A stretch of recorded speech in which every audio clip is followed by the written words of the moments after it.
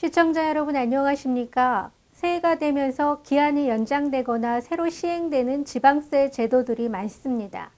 일상생활에 도움이 될 만한 제도들을 정리해 봤습니다. 새 차를 구입할까 망설였던 다자녀 부모 오경순 씨는 올해 승용차 한 대를 구입했습니다.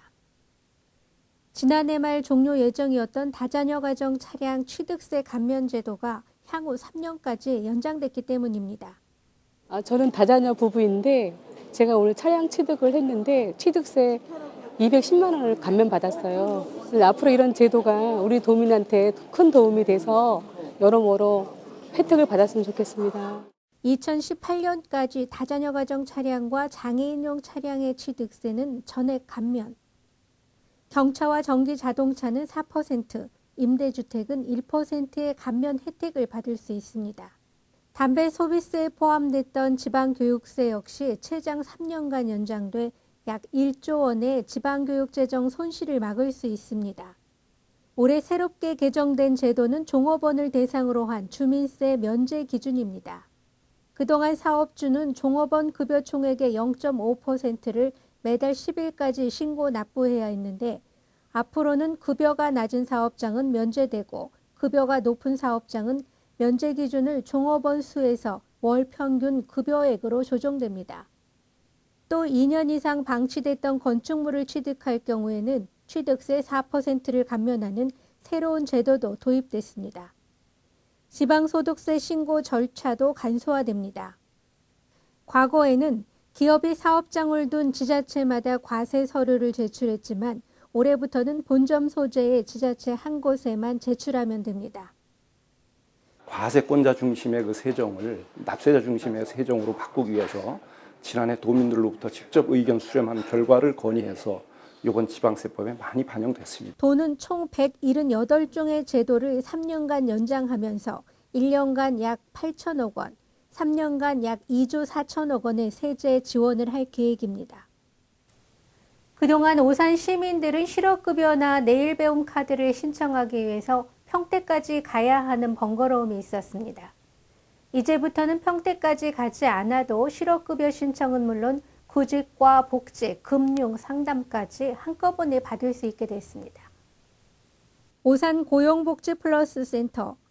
업무를 개시한 지 얼마 되지 않았지만 벌써부터 많은 시민들이 다녀갔습니다. 실업급여나 기초생활수급 신청을 하러 왔다가 이곳에서 취업 지원은 물론 직업훈련 안내까지 받고 가는 분들이 많습니다. 가깝고 좋고요. 수급 자격 신청서 하러 왔는데 구직 신청서까지 할 수가 있어갖고 편리하고 좋네요. 고용복지플러스센터의 장점은 무엇보다 여러 가지 문제를 동시에 해결할 수 있는 원스톱 서비스 제공입니다. 실업급여 신청 이후 직업훈련을 통해 새로운 일자리를 얻을 수 있고 혹시라도 채무 문제로 고통받고 있다면 서민금융지원센터에서 도움을 받을 수도 있습니다. 실업 관련 와서 상담하다가 또 본인들이 어떤 채무 문제가 있을 수가 있습니다. 그런 채무 문제에 상담을 하기 위해서 이 서민금융지원 파트가 있기 때문에 와서 상담을 받고 빈 문제를 해결할 수가 있습니다. 이 밖에도 여성 새로 일하기 센터에서는 주부나 경력단절 여성들을 위한 1:1 맞춤 서비스는 물론 취업 이후 채용기업에 대한 사후 관리까지 도울 예정입니다. 여성들을 위한 다양한 보육과 관련돼서 또 금융 지원을 위한 일이라든가 이렇게 실제 피부에 와닿는 고용과 복지 또 실업과 관련된 다양한 부분에 대해서 교육도 하고요.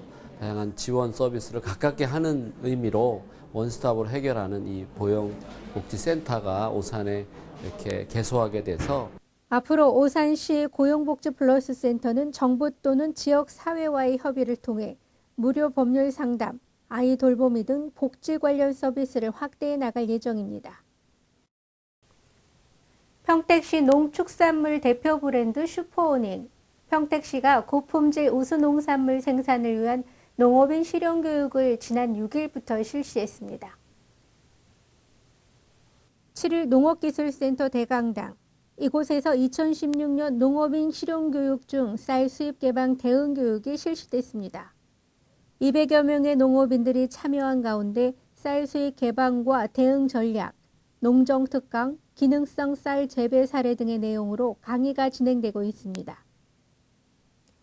해마다 농업인에게 변화된 농업정책과 신규 사업을 교육시키고 분야별 전문 기술 교육으로 농업인 소득 향상에 이바지하기 위해 농업인 실용 교육을 실시하고 있습니다.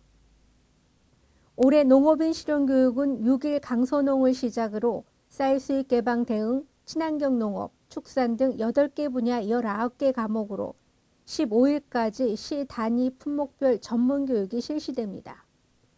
그리고 19일부터 27일까지 식량, 원예작물, 로컬푸드, 농기계 임대 사업 등 4개 과목으로 읍면동 작물 재배 교육이 실시됩니다. 공자강 시장은 농업인들이 농업 환경 변화에 적극적으로 대처할 수 있도록 지역 여건에 맞는 맞춤형 교육을 위해 앞으로도 힘쓰겠다고 말했습니다. 지금까지 YBC 뉴스였습니다. 시청해주신 여러분 고맙습니다.